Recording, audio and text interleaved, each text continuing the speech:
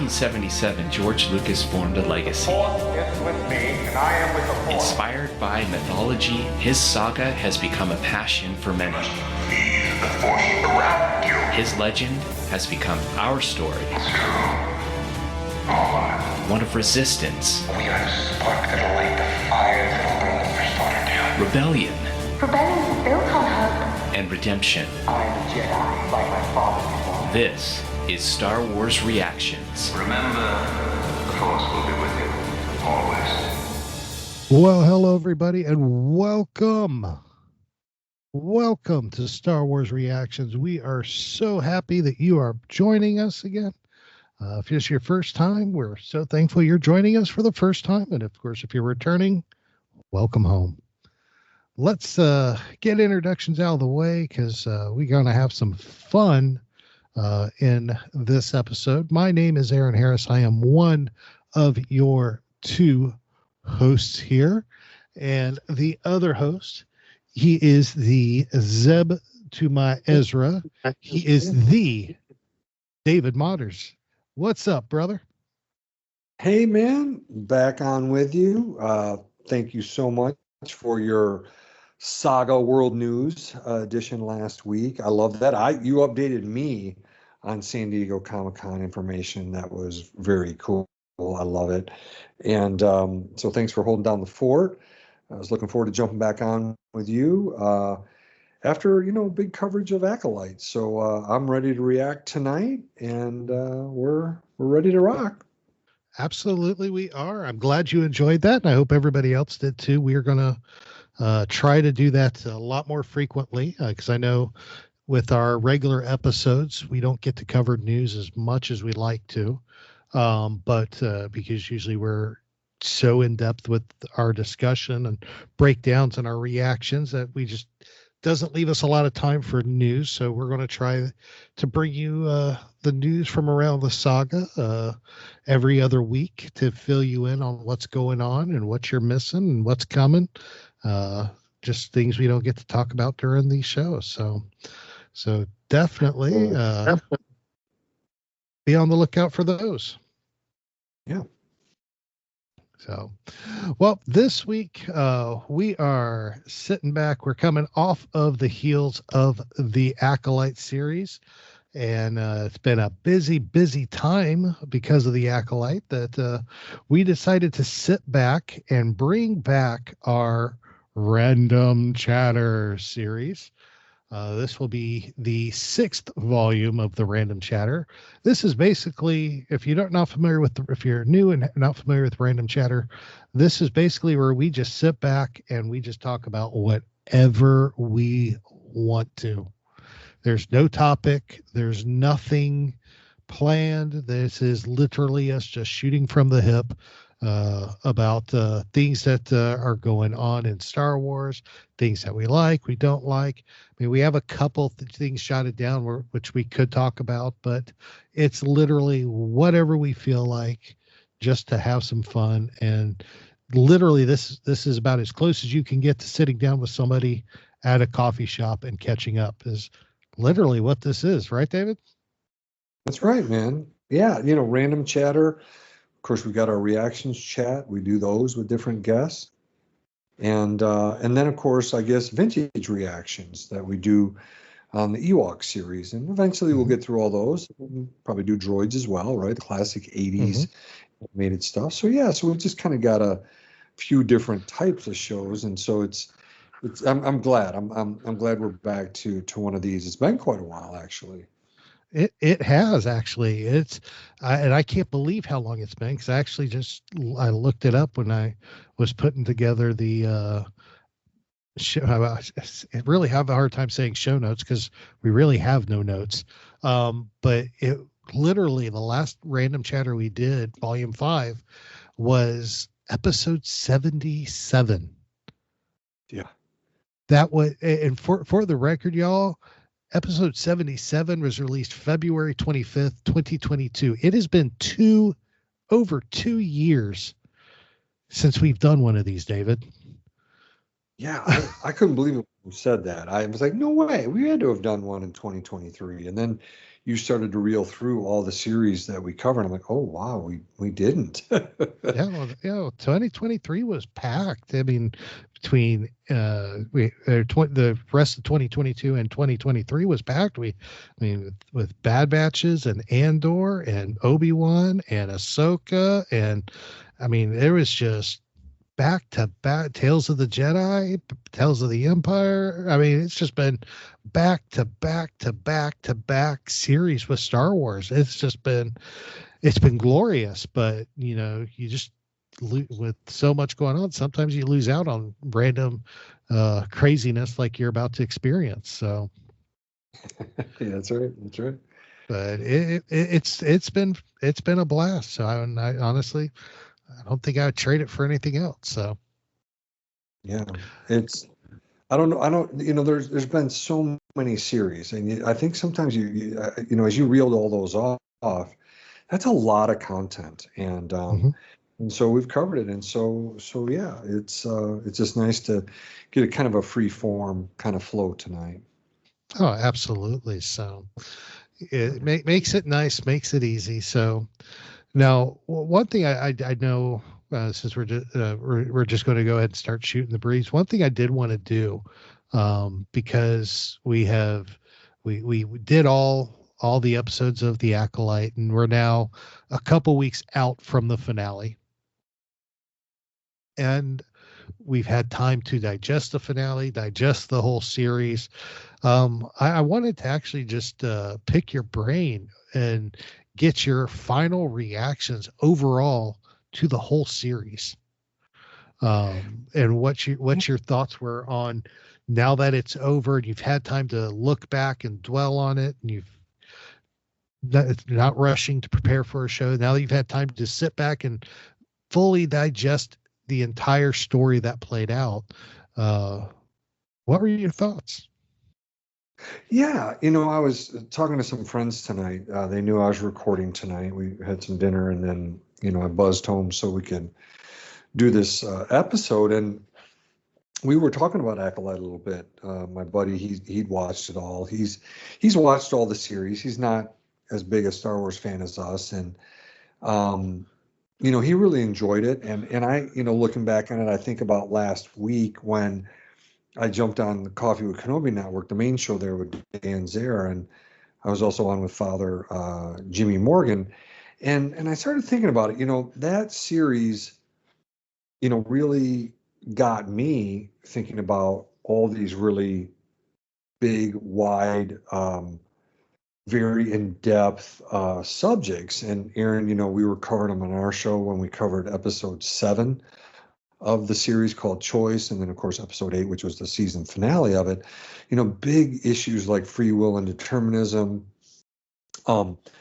ultimate truth compared to moral relativism, and then going on Dan's show, and I on Coffee with Kenobi last week, I would encourage people jump on, listen to that episode 778. And you think about it, if a show gets you to think like that, that's really good for me. That's enjoyable. Talking about big issues, a lot of times, when Aaron and I have someone on Reactions Chat, we ask them, what are the kind of the themes, the big themes that appeal to people? And, Aaron and I have talked to people about, redemption and hope and stuff. And that wasn't in this, right? We talk about it wasn't a protagonist, really. Master Soul went from kind of being one to not, just being this tragic figure. And so what I was thinking, Aaron, just like you said, on overall thoughts, here's a show that doesn't have hope. It doesn't have anyone to cheer for. I'm not cheering for Chimera. I'm not, cheering for Darth Plagueis. And then the Jedi, it's hard to cheer for them. Even Vanestra Rowe, who I've been cheering for through all the High Republic novels and comics. But even so, I think it was gutsy to do this, because most of the time Star Wars is about hope and about redemption and all those kind of things, and good versus evil. In this case, it's not that, but it's still, at least for me, generated a lot of thoughts, a lot of questions, and I really liked it, and I hope that came across in our coverage, as well as that episode of Coffee with Kenobi from last week. I don't. Well, how about you for overall thoughts?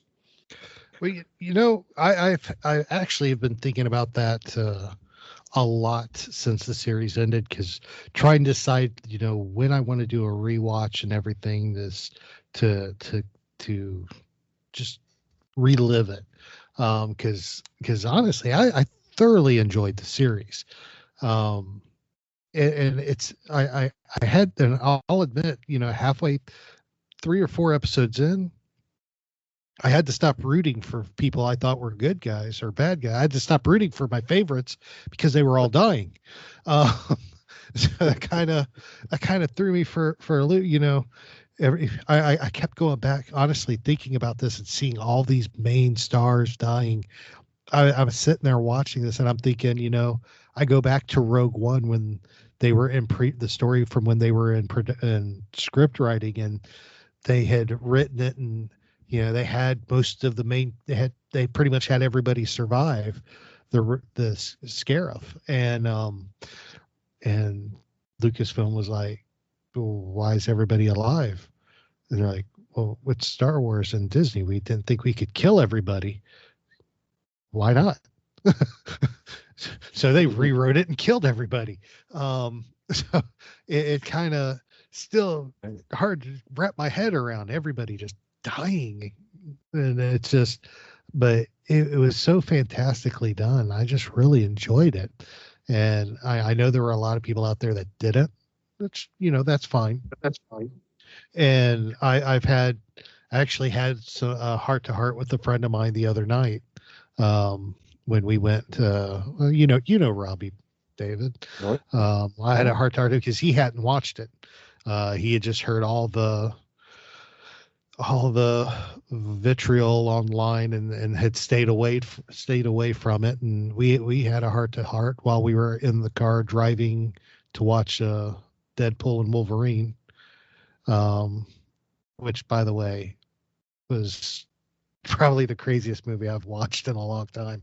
Dude, it was insane. So many Easter eggs and nods. It was crazy.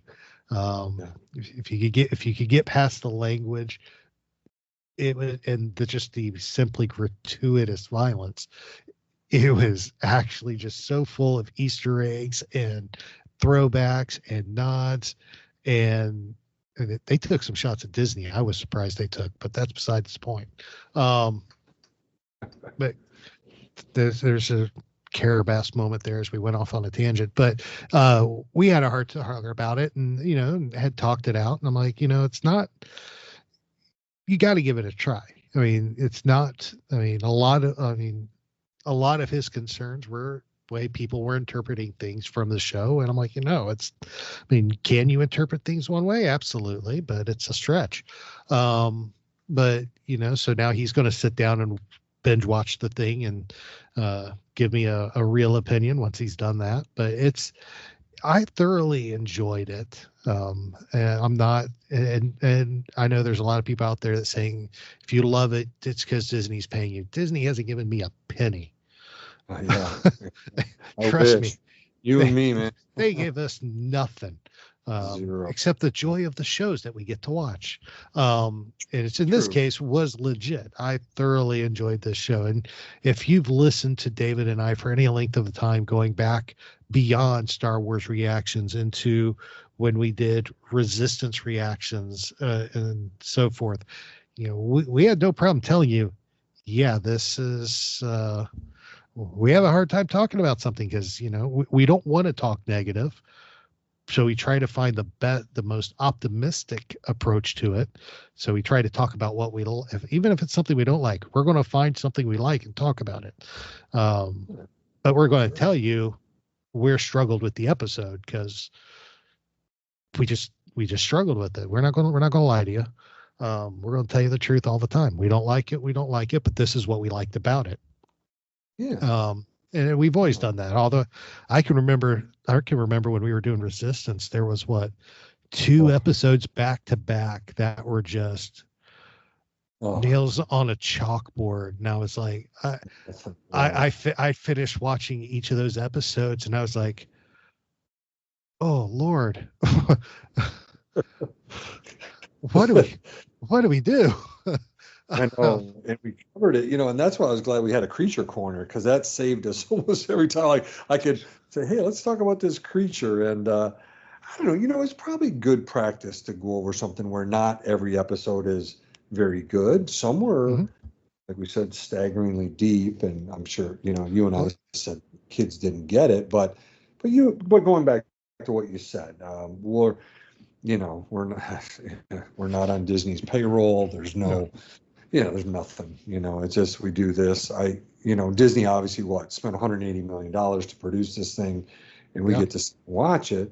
But yeah, there's no kickbacks or anything like that. So, Yeah. but Yeah. yeah, we try to tend towards positive because there's so much negativity out there anyways. And plus, if people listen to our show in another podcast, they might have already heard plenty of negativity, about a particular episode or series. Mhm.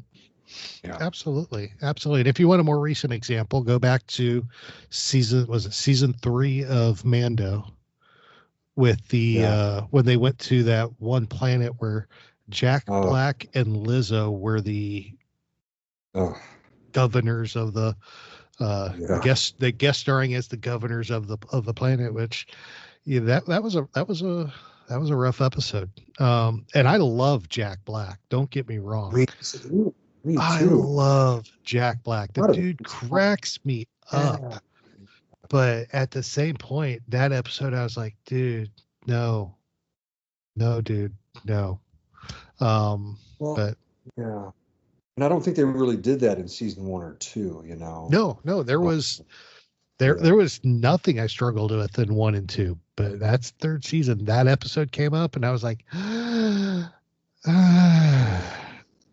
A lot of people and struggle with and that. and a And and a rightfully lot right.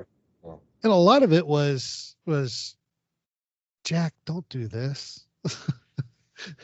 yeah. Why'd you do this, Jack? I love you, Jack Black, but no, no, Yeah. just no.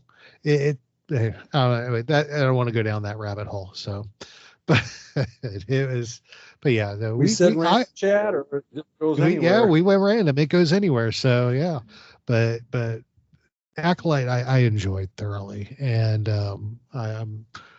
I really do hope we get to season 2, because they did leave us with a cliffhanger. Um, hope we get that second season. I hope we get a tremendous story continuing on. But yeah, it was good in my opinion. It was good, and it was like I said when we were reviewing it, it had some there was a lot of things that were just very predictable. But the way it was shot, the way it was acted, the music, everything just overshadowed the predictability of the story. So, and then the twist at the very, very end just threw me, completely defeated the predictability, because I did not see that coming. Not at all. So, Well, but and just the lightsaber battles were just so cool, man. That was, it's interesting because I had another client in my office today, and he hasn't watched the series, but he's read about it, and he said, I heard that the best thing about this whole series was the lightsaber battles. I'm like, yes, well, they were pretty awesome. yeah, Even it's almost everybody, whether you like it or not, everyone's heard how great they are, and they were just incredible. And hats off to all the fight choreographers, Manny Jacinto and his work, Lee hmm Jung-jae, all of them. Amanda Sternberg, even Carrie Ann Moss, right in the first episode. So yeah, I really enjoyed that. I loved it. I loved seeing all the lightsabers and the battles, and that was fun. Now, look, was there story problems? Aaron and I said yes, and Dan Z covered a lot of those.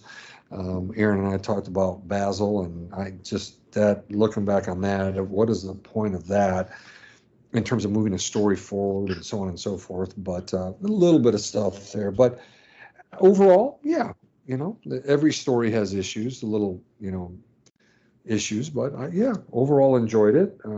Yeah, there's other stuff you and I haven't enjoyed, but I'm glad I had fun with it as well. But hmm got a little bit of a break here before we get any more live action. yeah. Oh, absolutely. And speaking of Basil, Hasbro finally announced they're releasing his action figure. We're getting the Basil. We are getting the Basil Black Series figure.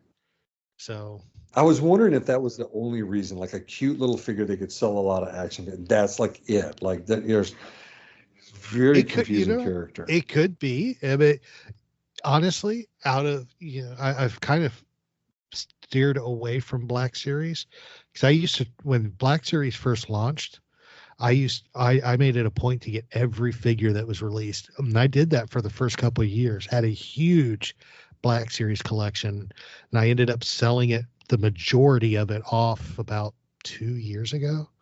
It was right before we had to move. So yeah, it was about 2 years ago, almost 3 years ago. And kept a few of them, mainly all my Rebels Black Series, and I kept my Obi-Wan Kenobi Black Series because, I love Rebels, and Kenobi's next to Chopper. Kenobi's my favorite. So kept those in the Black Series. But yeah, I may have to go out and get me a Basil. Oh my just gosh. just because it's Basil. Oh my gosh. Yeah, get him sitting on my desk next to my Thrawn Black Series and my Captain Rex vintage collection figure that stand on my desk 24/7. Rex guarding everything and Thrawn plotting how to bring it down. Oh my gosh. Basil yeah. To get Basil just to mess with the two of them. Gosh, he'll pull the cords on you in the spaceship. He'll, outrun Yord and Jackie. You're trying to he's tracking for you, but he outruns it and he gets lost. And you're like, where is he?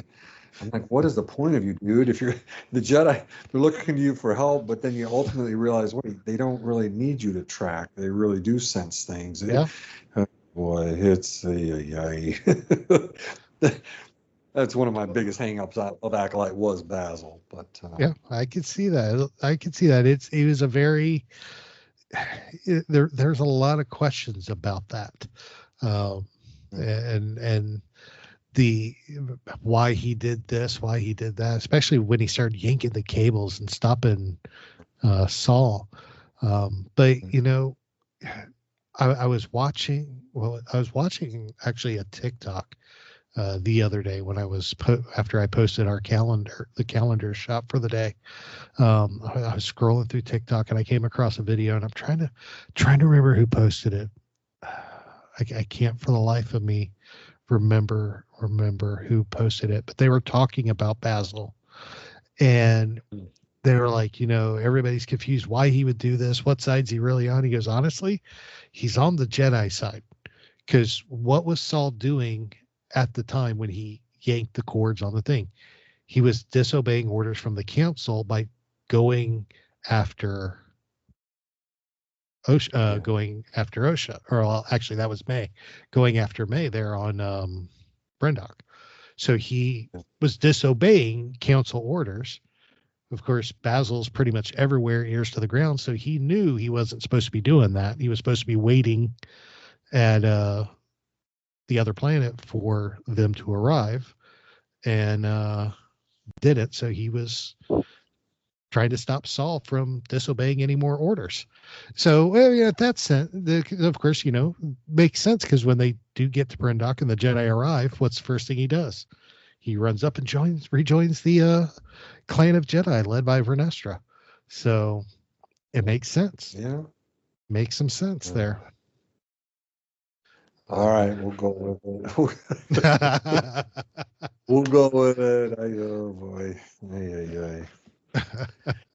Yeah. That's one of those things that when you look back on it, that's why you go back and watch stuff after the fact. Once it's all said and done, you go back, watch, and you can catch stuff you missed, or even it can go back and see it from a whole new perspective. So yeah. Well, I wanted to ask you about something else that I have been very curious to pick your brain about too. because was it yesterday?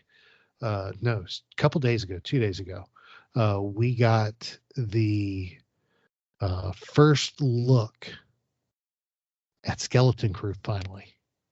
There was an article written by People Magazine where they interviewed Jude Law about the series, and they released a series of 5 pictures from the series, and we got the release date, which the release date's December 3rd of this year, which is a lot later than I anticipated. I think we've even said on the show I expected it early fall. I was thinking September, October, honestly, and not December.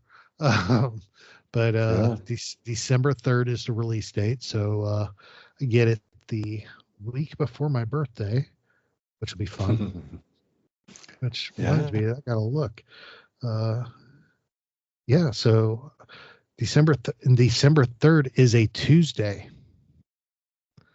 Okay. So it looks like they are going to be releasing on Tuesday nights again.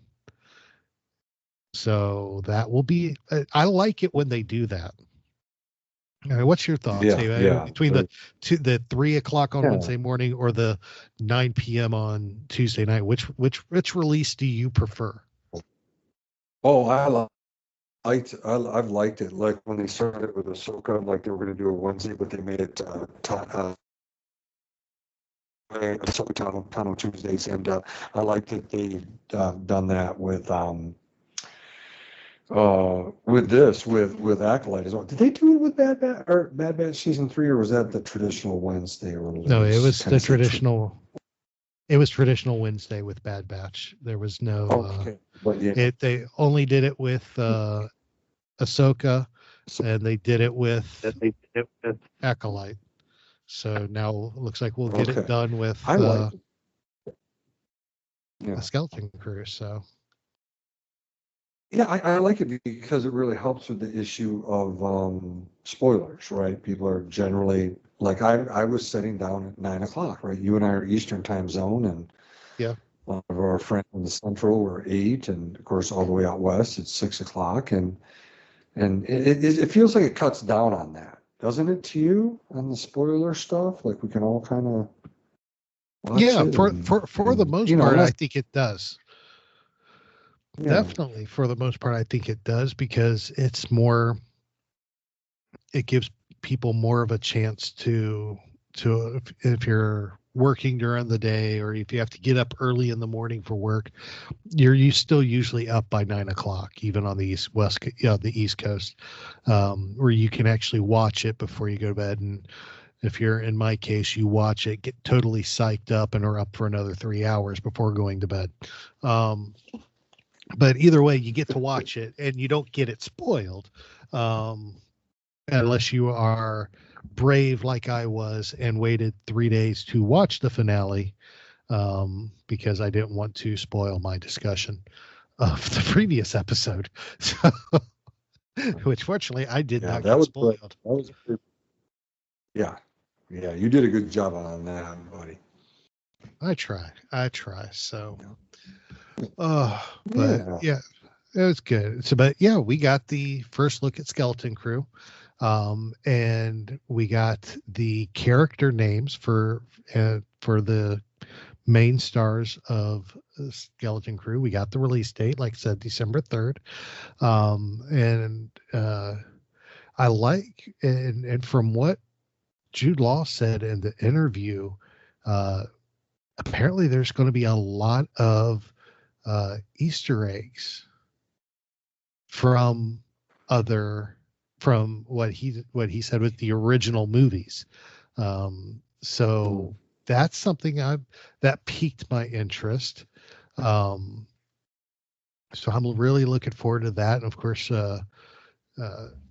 John Watts and Christopher Ford are the series creators and are running the show. So they've apparently had a lot of fun. And you've heard a lot of the show described as Goonies in space, which if you are a child of the 80s, you love the Goonies. I have not met anybody from the 80s who does not like the Goonies.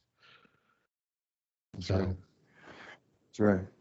Well, and they've described it as, in even Jude Law, they coached him up and said, hey, describe it as an Amblin type film. And, just these pictures, you sent them over to me, and that, the People magazine pictures, and seeing Jude Law and the other characters, it automatically already feels very different than Acolyte. And because it's in a different part of the timeline. Now, my understanding is this is in the Mandoverse time, right after Return of the Jedi, because I believe there's a character right from Mando, one of the pirates we've seen fighting in space. I don't know if he's a Wee Quayer or what he was, but I believe he's in this show. So it put it after Return of the Jedi, in the New Republic time period. Is that right? Is that when this? I think it is, right? Well, I mean, I could be wrong. I am trying to remember what time frame they said it was going to be in, because I've heard several. Let me see, because I've heard all over, but it's what is the time frame on this? I got the People article up right now to see if it says anything. Yeah. And just I know they are talking about a great reference. There's a lot of Easter eggs, fun place to be in the Star Wars universe. There's a lot of great references to old films and recent episodes and series. So if it's referencing recent episodes and series, it's got to be set in the Mandoverse. Okay. So that would make sense being set in the Mandoverse, because plus it goes along with the fact that they were talking about all these shows tying up in in the ultimately the movie that they want to make that Filoni's going to direct. Not the Mando Grogu movie that comes out in 26, but when they announced the 3 big movies, the Rey movie, the pre everything movie, and then of course the Filoni movie. So I think it makes sense that would tie in somehow to that. So okay, I'm looking forward to it. It looks good. The picture, and I like what you said. It comparing it to the last couple series we got, looking at it, comparing it to Acolyte. I would even go far as comparing it to Ahsoka and even Obi-Wan and Andor. Those were very serious, very dark, very deep stories being told. And just by looking at these pictures, and it seems a lot brighter. It seems a lot more adventurous, a lot more fun. There's a lot, looks like it. I don't know. There's the one picture where you see Jude Law. It's a close up of Jude Law, and he's staring at those little ball things that like come out at Jabba's palace when you knock on the door. He's like staring at 2 or 3 of those, and he is just grinning. You see the kids in the background behind him, but he's grinning. I mean, I'm sorry. To me, it just, that one smile just makes the series feel warmer and a little bit more peppy and upbeat than some of the other series we got.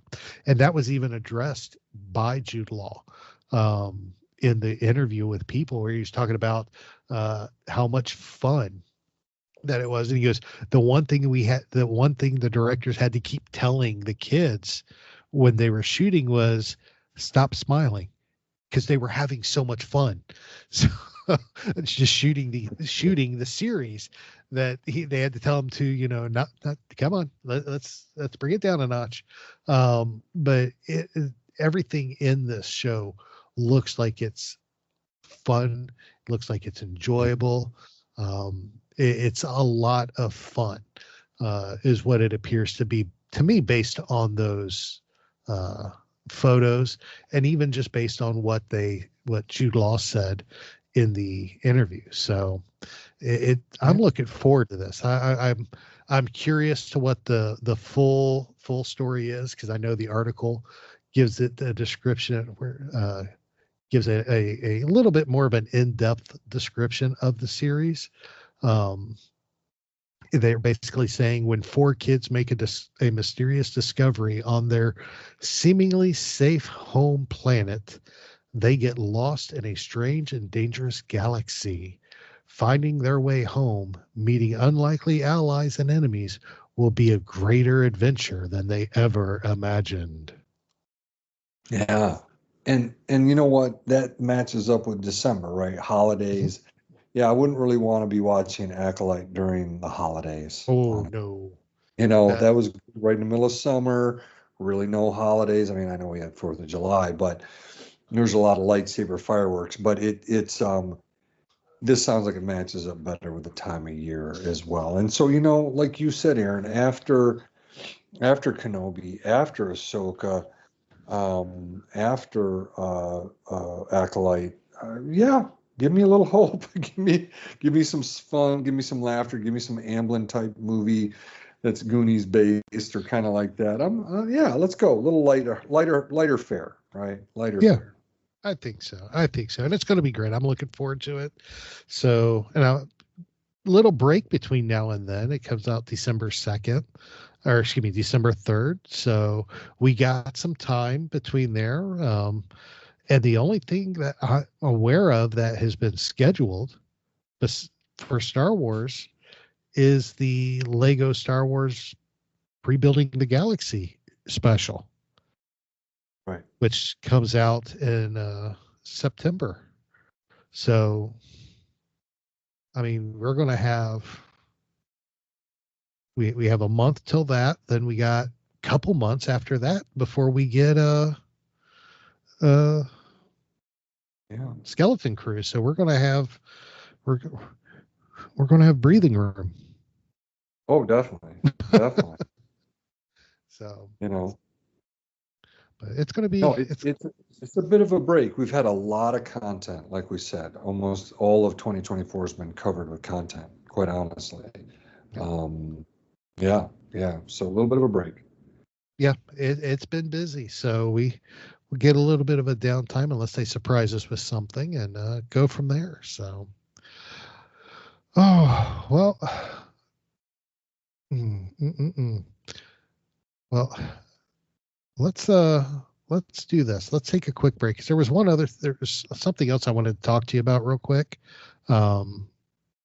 before we wrap everything up, but we're running longer than I expected. So let's take a quick break. Hang on with us. We'll be right back. Welcome back, everybody. Aaron and David here, just randomly chatting about Star Wars. And we've definitely had fun so far. Books. I want to talk books, David. Let's do it, man. Let's talk books. Because I know you're still reading the High Republic book. I just blanked on the name. No, yeah, you and I, Temptation of the Force. That's yeah. I've had it. It's just the Acolyte has really backed me up. I think you and I were talking about. You haven't finished it, right? I think. Or I haven't started it. Yeah. So you know what I did 2 nights ago? I was an hour or so in. I just restarted it and I listened, and I'm like, oh gosh, I'm actually glad because I got it on Audible. And just kind of, I'm like, okay, yes, got it back fresh. And I'm going to really start making my way through that and really get that done so that I'm caught up. Because I think the next one is a middle grade or young adult is coming out. Is it this month, end of this month or something? But yeah, I'd be completely caught up once I get that one done. And, by Tessa Gratton. And of course, a year from now, Charles Soule will have the last adult novel, Trials of the Jedi. That'll be out and wrap up the High Republic, at least for now. But that's a year out. That's a year out. But no, I these new books, you and Greg McLaughlin got me. You're like, hey, have you seen this? I'm like, oh my gosh, I hadn't. And these look interesting. What are your thoughts? I've several thoughts. So I have not been excited about a series of books since like this since the Thrawn books came out. I am totally stoked for. I've enjoyed the High Republic, but there's just they've been enjoyable. But for those of you that aren't aware, it was announced after the Lucasfilm panel. Actually, it was announced by was it IO9 that they are releasing a new trilogy of novels. Starting with the first one being released February of 2025. Then the other two will be come out, one spring of 26, the other spring of 27. And this series is going to be entitled Reign of the Empire. This is going to be set between the end of Revenge of the Sith and the beginning of A New Hope. And it's going to tell the story of the rise of the rebellion. And I am stoked. It's going to be following the leaders of the rebellion. It's going to talk about Mon Mothma, Bail Organa, Saul Guerrera. It's going to be talking with all these familiar faces while introducing a ton of new characters into it. The very first book is going to be Mask of Fear, which is the one that comes out in February of 2025. And that book is going to be written by Alexander Freed. And for those of you who think that name sounds familiar, he's the guy that wrote the Alphabet Squadron trilogy. Yeah. So I am totally on pins and needles waiting on this. I am stoked for this series. I mean, he writes war so well, because I think he wrote, didn't he write the Battlefront book too? Yes. Yeah, and I read all three of and I think we covered them, right? The Alphabet Squadron. I'm looking at them right now, right? And I have the physical copies. I have sticky notes. I've never taken them out, actually. I'm looking at all three, and he brought up some very interesting, really kind of the fascinating kind of subject matter that I like, but had some really great characters in those three books, and I enjoyed all three. But boy, oh boy, he can do war. So I like him, and the other two authors, Rebecca Roanhorse, I remember that name from Resistance Reborn, which was a novel that came out. I think, was that right after Last Jedi, before Rise of Skywalker, or was it after The Force Awakens and before The Last Jedi? I was trying to think it was after. I think it was after Force Awakens, because I think it was part of. I think it was. I'll have to double check that. I think it was a part of the road to Last Jedi. Gotcha. The Fran Wilde, I don't recognize her. It said she wrote a story in From a Certain Point of View, Return of the Jedi. I have yet to get through that. Of course, I've read all of Jason Fry's, and of course interviewed him about all three of his entries into the From a Certain Point of View novels, books, but yeah, Alexander Freed, know him the best, read his stuff, and he's deep, man. He is deep, not just militarily, but in terms of some of the deeper human issues in life and what's right, what's wrong, and how do you do these things. So yeah. And I was wrong. Resistance Reborn was Road to Rise of Skywalker. It was released November 5th of 2019. Gotcha. So after Last Jedi, before Rise of Skywalker. Okay. So yeah. So yeah, so 3 in a row, 3 years in a row. Mm-hmm. Yeah, that they're spacing them out, but I'm going to give them a shot. Which I'm fine with them being spaced out, but give me something else to fill the gap. I know, because when does Charles Soule's book come out? Well, that's next summer. So that Okay, so and that's the gap filler. Exactly. Yeah. That's the gap filler. Yeah. So we'll get book one, Mask of Fear by Alexander Freed in February. The summer we get the sometime during the summer we'll get Charles Soule's book. Then we'll have spring of 26. We'll get Rebecca Roanhorse's book two of which they haven't announced the names yet. Book two of the Reign of the Empire, and then Fran Wild's book three will be spring of 26 or 27. Excuse me. So Yeah. I am so looking forward to this. It's gonna be incredible. So at least I think it is. Because from what I understand, it's going to be following a lot of the political turmoil and political story behind. Because that was one of the complaints about Andor, is a lot of politics being played in that series. But we're going to see a lot of that in these books, I think, and I'm so looking forward to that, because the political aspect of the conversion from the Republic to the Empire and just the political intricacies of the Empire is intriguing. Yeah. For me at least.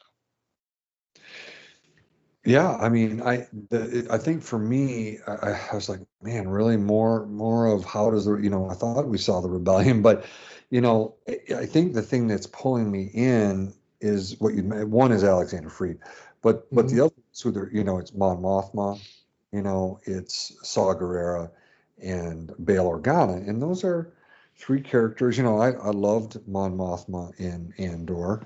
Of course, we see her in Rogue One as well, but that's what's pulling me in is their stories, and I'm all for that. Oh, absolutely, I am too. It's going to be, I'm so looking forward. Have you read the official, what they call the log line, which is basically this premise of the first book? Yeah. The log line for Mask of Fear is tremendous. It's short, so I'll just go ahead and read it. This is basically the log line for Mask of Fear. Before the rebellion, the Empire reigned. In order to ensure the security and continuing stability, the Republic will be reorganized into the First Galactic Empire for a safe and secure society. With one speech and a thunderous applause, Chancellor Palpatine brought the era of the Republic crashing down, and in its place rose the Galactic Empire. Across the galaxy, people rejoiced and celebrated the end to the war, the promise of tomorrow, but that tomorrow was a lie. Instead, the galaxy became twisted by the cruelty and fear of the Emperor's rule. During the terrifying first year of tyranny, Mon Mothma, Saw Gerrera, and Bail Organa faced encroaching darkness. One day, they will be the three architects of the Rebel Alliance. But first, each must find purpose and direction in a changing galaxy while harboring their own secrets, fears, and hopes for the future that may never come unless they act. Ooh. Dude, if I wasn't excited for the book before, that tagline, that got me.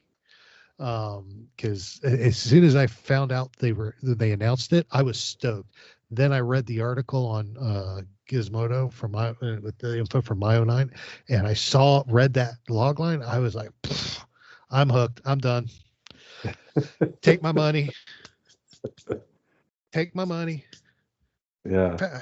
So I am stoked. I am ready. And it is ready to go. The book is Mask of Fear is actually already available for pre-order. I wonder if it's available for pre-order on Audible yet. I haven't looked, but I'll tell you, Audible has saved my eyes. I'll tell you that. It saved my eyes, saved my bookshelf too. It has Oh, absolutely. saved my bookshelf because I have more books jammed in Audible than I do on my bookshelves, and that was Yeah. crazy. There it is. It is available on Audible for pre-order. So actually, you know what? I'm going to go ahead and pre-order that. I I I got I You're got rock, I got man. 7 credits. I got 7 credits sitting here. So Well, you got to use those, man. well, the reason I have 7 credits is because I went and thought it'd be great to, relive some of the books of my childhood. And I decided to redo the Lord of the Rings series, and I decided to do the Chronicles of Narnia. And literally, Chronicles of Narnia, I found it, the box set in Audible, got all 7 books for 1 credit, Oh, wow. but it literally was like 40 hours of listening. That's a really good deal, man. Oh, it was great. It was great, but it was like 40 hours. Then, of Wow. course, each of the 3 Lord of the Ring books, each one of those is like 25, 30 hours each. So I was like, I spent months on end just listening to those because I don't get a lot of time to listen. I try to listen when I'm working, but there's a time when I have a couple hour block where I can listen uninterrupted, but then I got to pull my earbuds out and actually talk to people while I'm working. So I don't get to listen. I get like maybe 3 or 4 hours a day where I can listen, if that. So it took me forever to read those, and my credits just kept piling. So now I had 7, now I got 6. So Nice. c'est Nice. la vie. But yeah, I'm got that pre-ordered, ready to go. It's on Amazon, it's on Audible if you're ready to get it. So fantastic. That's going to be great to look forward to. That, and then of course all the stuff they announced at Comic-Con with comics and the books, and it's just, I don't know, man. I need to figure out room because I want to get all these art of the High Republic. I want to get the art of Acolyte coming out. I want to get all these art of books, and I just don't have the space to put them anywhere, dude. Well, that's it. I do have some of them. But like I said, with High Republic, I've gone all Audible. It's worked out great. At times I wish I had them, but after I'm done listening to them, I'm really glad. I don't have the physical copies because I'm looking over at my bookshelf here, and it's full of a lot of books, a lot of comics from the High Republic, but also I've got a bunch of Star Wars Insider, and then of course, you and I have talked before about the novels. I was getting the novels like the Alphabet Squadron, the from a certain point of view, 3 real big ones: A New Dawn, Lost Stars, the Thrawn Alliances, Thrawn Treason. I'm looking at them, Turk and Catalyst. So I was getting a lot of them, and then I just hit critical mass, and Audible's been a life saver. Oh yeah, Yeah. same here. It's saved me, but a lot of times, like with there's some that I just have to have the physical copy on, Yeah. but Yeah. I listen to it on Audible too. Like the certain point of view books. Those were great.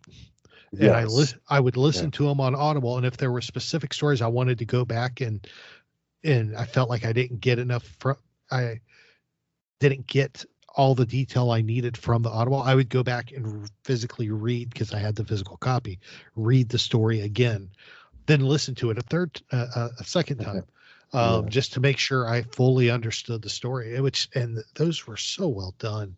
Gosh, I really hope they do that for the prequels. I think that would be incredible if they did one for Phantom Menace and for Attack of the Clones and Revenge of the Sith. I would love certain point of view books for those. Oh, yeah. I'm the same as you. I've got the physical copies of all 3 of those so that I could follow along. And sometimes it is nice, like I said, to have the physical because you can look at some of the names and wait, wait, am I hearing the name of that correctly? Am I not? And but yeah, um, I just have to really. I think what I'm going to limit it to is the art of books, like you mentioned. I'm looking at those that I've got. I got Mandalorian season 1 and 2, the Art of Galaxy's Edge, the High Republic, Art of the High Republic. They got a second one coming out that was announced, right? Kristen Baver's going to do that one like she did this one, but yeah, there's only so much. Yeah, there's only so much we can do, my friend. Only so much. So, well, was there anything else you wanted to talk about before we start wrapping things up? No, I feel good. I like the few things that we covered. I knew they would, generate a lot of talk, and it's the right time to talk about them. It's the wrap up of the Acolyte, Skeleton Crew coming, and this announcement of some novels that are not in the High Republic. So that I'm glad we covered it all. Oh, very good. Very good. I am too. It was a great discussion, a lot of fun. So, and of course, we want to hear from you. We want to talk to y'all, hear from y'all. You can hit us up, follow us on any of our social media, join us online in between shows for all the fun and excitement like you would get here on the show. You can follow us on Facebook and Twitter X, as David likes to call it, at SW Reactions Pod. You can find us on, smokes, Carabast. Go figure. You can find us on Blue Sky, Pinterest, Tumblr, Threads, Instagram, TikTok, and YouTube, all at SW Reactions. So hit us up there. You can email us at swreactions@gmail.com, or feel free to leave us a voicemail. We would love to hear your dulcet tones as well, not just ours. You can do that at speakpipe.com speakpipe.com/Star Wars Reactions. Of course, all those links are in the show notes or linked from our social medias as well for easy and quick access. David, if somebody wants to talk Star Wars with you, how would they go about doing that, my brother? Yeah, a couple different ways. Best one is Twitter X. That is at David_Modders. Modders, and also Instagram. I've got some stuff there, and that's just my name, David Modders. And then, as always, if you do any of the Star Wars Reaction socials, Aaron gets those over to me. Absolutely. We definitely do. It's going to be great. And of course, besides this show socials, you can always hit me up on my personal X at TA Harris 121079. We'll talk Star Wars. We'll talk whatever you want. Lightning hockey. I don't care. I would love just to talk. If you just want to talk about Chopper, I will talk your ear off. So, speaking of which, I actually had did you see today's calendar post? I thought the K2SO. Yes. K2SO.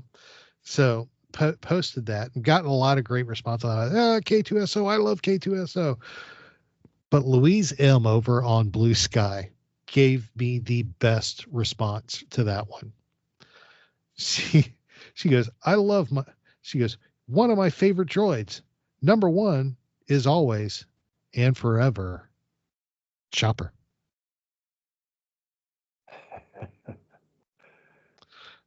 So, the Chopper love is out there, y'all. Yes. Everybody loves their little orange murder droid. You know who loves probably Chopper the most? Samantha Cacho. Watch your mouth. I will. She loves her. She's probably the only one that loves loves that murder droid as much as I do. I love Samantha. Samantha, I love you, girl. As much as you two. I don't know. There's we're I think I would say we're close to level there when it comes to our murder droid. Yes. So I'm not gonna let anybody wrangle that title away from me.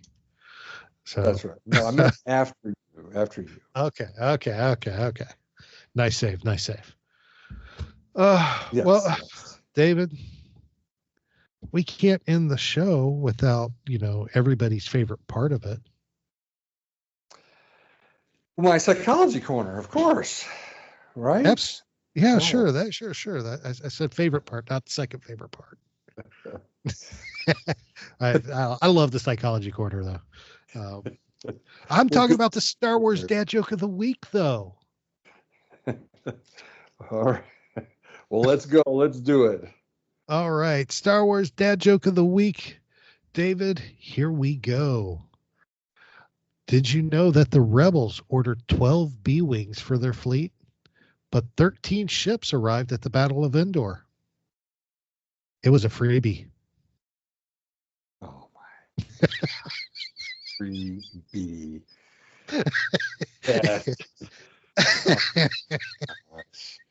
It was a freebie. That's pretty good, actually. I have to admit. Some are just total. That's a partial groaner. Oh, that was good. I like that. That was good. David, my friend, this has been a blast. Absolutely, buddy. Well, we thank you, everybody, for joining us again for another fun and incredible episode of Star Wars Reactions. Thank y'all for listening in each week and for joining us, for all your support. We love y'all. We're thankful for y'all, praying for y'all, wishing y'all the best. Remember, year of kindness. Do something awesome for somebody, whether whatever it is, just do an act of kindness for somebody. It will not only help somebody else and improve their situation, but it will change your life just doing one kind act. So let it start with one and let it build from there. Remember, this is your place for elegant discussion for a more civilized age.